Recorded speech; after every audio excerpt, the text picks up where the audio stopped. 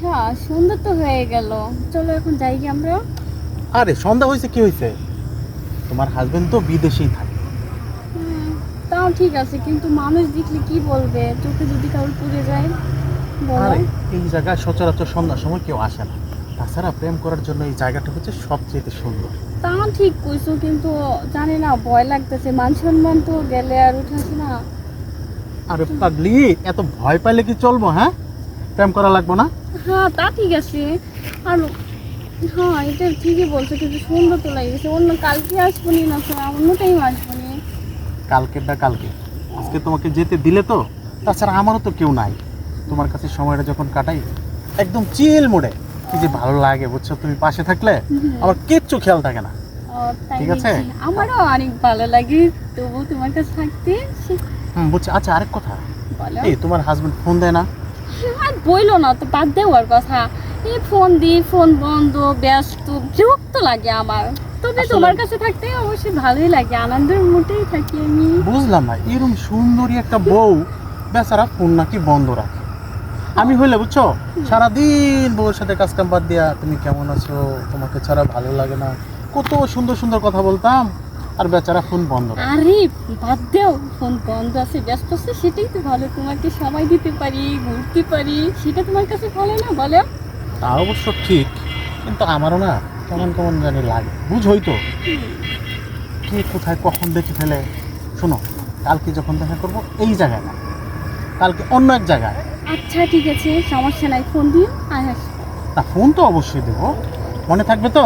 হ্যাঁ, অবশ্যই থাকবে। এই কেন জন্যই তো থাকবে তোমাকে না? আমার এত ভালো লাগে। তাই বুঝি। হুম। আচ্ছা চলো তাহলে যাই এখন। আর একটু বসো না।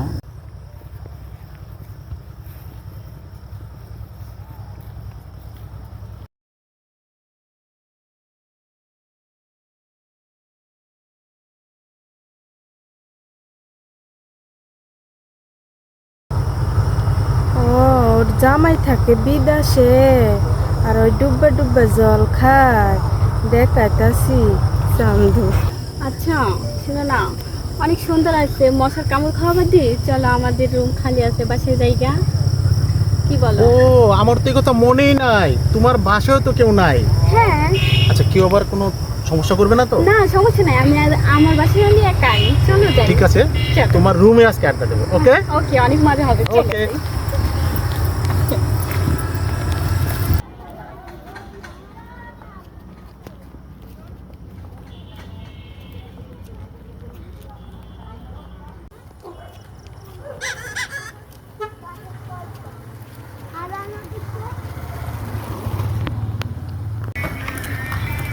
আরে রফিক ভাই, আপনি না বিদেশে থাকতেন? এই যে এইমাত্র চলে আসলাম। আর কতদিন থাকবো বিদেশ? ভাই আইসেন, ভালোই হয়েছে। আপনার সাথে একটা কথা ছিল। আচ্ছা, আমার সাথে কথা কি বলবা বলো। ভাই কথাটা যে কিভাবে বলি, বলতেও লজ্জা লাগে। ভাবিরে দেখি এক ছেলের সাথে সম্পর্ক। হ্যাঁ, কি বলো তুমি? আমার বউর অন্য ছেলের সাথে সম্পর্ক? আমার বলা আমি বললাম, আপনি বিশ্বাস করলে করেন, না করলে না করেন। কি বলবো? এটা কিভাবে সম্ভব? কি বললাম এটা? ঠিক আছে, দেখি। না না, আমার বাসাটা পুরাটাই ফাঁকা। এখন কি ভালো লাগছে না? আরে আমি কি জানি তোমার বাসা ফাঁকা, আমার লোকজন আছে। তো তুমি বলছো ভালো হয়েছে, তবে এখন অনেক ভালো লাগছে বুঝছো। তাই এখন ভালো হয়েছে, দুজনে মিলে ভালো ফুর্তি করা হবে। হ্যাঁ, অনেক কথা বলবো আজকে, যেহেতু কেউ নেই। অনেক কথা হবে, অনেক আলাপ হবে। শোনো, তোমার বাসা যেমন ফাঁকা, হ্যাঁ। আমার একটা মাথায় ছিল না। তাই। শোনো, হুম, আজকে বলো। রাতে কিন্তু তোমার হাতের করা রান্না খাবার খেয়ে আমি তারপরে যাব। ও তাই নাকি? আমিও না ফ্রিজ থেকে মাংস বার করছি, আজকে বিরিয়ানি করবো তোমার জন্য, অনেক মজা করে দুজনে মিলে খাবো। ওকে? সত্যি বলছো? হ্যাঁ, তুমি থাকবা, আমি তোমাকে নিজের হাতে খাওয়াই দেবো আজকে। আরে এজন্যই তো বলি তুমি একটা লক্ষ্মী মেয়ে। তাই হুম। আমি তো তোমাকে অনেক ভালোবাসি, আজকে নিজের হাতে অনেক মজা করে রান্না করবো তোমার জন্য আমি। থ্যাংক ইউ, আমার ভালো লাগবে। হ্যাঁ।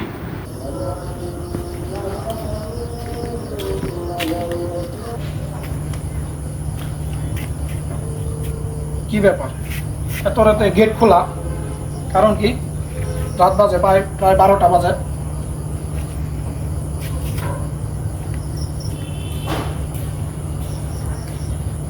গল্প করলেই হবে? আমি না তোমার জন্য বিরিয়ানি পাকাবো, মাংস রান্না করবো, অনেক কাম পড়ে রয়েছে আমার। রান্না করবো কখন বলো? ও তাই তো, আসলে তুমি পাশে থাকলে আমি তো সব ভুলে যাই।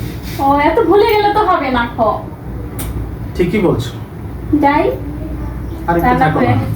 উফ, কখন রান্না করবো? খিদে পাই নাই তোমার, বলো? একটু পরে।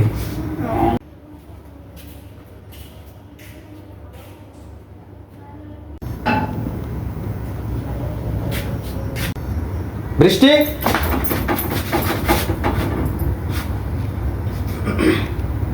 বলো না কখন বিদেশ থেকে আয় বললাম? তোমাকে বই যাইতে বাবা বিদেশ থেকে আইতে? এই ছেলেকে? আরে হ্যাঁ? এটা আমার বন্ধু। কিসের বন্ধু? ছেলে মানুষ বন্ধু কিসের একটা মেয়ে? আরে জাস্ট বন্ধু, এত মাইন্ড করো কেন? মাইন্ড করবো না, আমি থাকি বিদেশে। তুমি আরেকটা ছেলে নিয়ে এখানে ভর্তি করো? না জাস্ট বন্ধু, আমি ফোন দিছিলাম তো। তোমার বন্ধু না? হ্যাঁ। কষ্ট করে তোমার জন্য, তোমার সুখের জন্য তুমি আরেকটা ছেলে নিয়ে ভর্তি করবা, এটাকে মানতে পারবো? তুমি টাকা পাঠাও ঠিক আছে, আমি যে তোমার বউ, কিন্তু তোমাকে ফোন দিলে ফোন ব্যস্ত দেখায়, বন্ধ দেখায়। আমি কি মানুষ না? 3 বছর আমি একা একা থাকছি, ঠিক আছে? আমারও তো একটা চাহিদা আছে, ঠিক না? তুমি সব সময় ফোন বন্ধ দেখি, ব্যস্ত দেখি, কি করব বলো? উত্তর দাও আমাকে। আমি এখানে বিদেশ আছি, এইখানে টাকা কামাবার জন্য আসছি, আর এই তোমার সাথে বিরিতে আলাপের জন্য আমি আসি নাই। এটাই পুরুষ মানুষের সমস্যা, বুঝছো? টাকা কামাই দিতে যা ঘরের বইয়েরা ভুলে যাও। তুমি যা বলতেছো সবই ঠিক আছে, কারণ কি জানো, তুমি একটা অন্য পুরুষ নিয়ে আমার ঘরে রং তামাশা করবা, তা তো আমি মানতে পারবো না। কারে তুমি রং তামাশা বলতেছো? তুমি যেটা ভাবতেছো এটা একটা সাজানো নাটক। নাটক? হ্যাঁ ভাই, নাটক। আপনি 3টা বছর বিদেশ থাকেন, ভাবি বাড়িতে একা।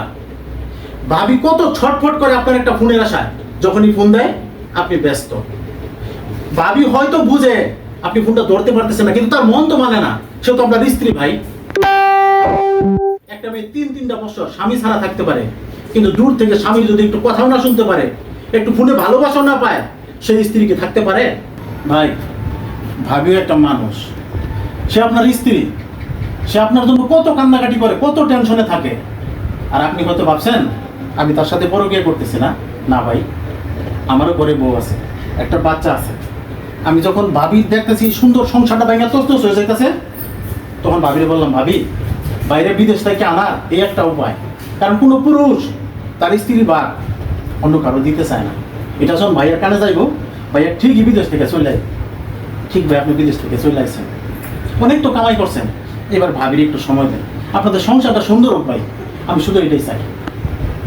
আশা করি আমার কথাটা আপনি বুঝছেন। ভাই আপনি ঠিকই বলেছেন, বিদেশে টাকা কামাই করতে যাই আমি বউকেও ভুলে গেছিলাম গা। ভাই যাই হোক, আমি আপনাদের সামনে আর কথা বাড়াইতে চাই না। ভাবির সাথে কথা বলেন, সব ঠিক হয়ে যাবে ইনশাআল্লাহ। ঠিক আছে ভাই? ঠিক আছে, আপনারা থাকেন। আসি ভাই, আসসালামু আলাইকুম। ও আমি ভুল করে ফেলেছি, আমাকে তুমি ক্ষমা করে দেবো, ঠিক আছে? আরে তুমি আইসো, তাতে আমি অনেক খুশি।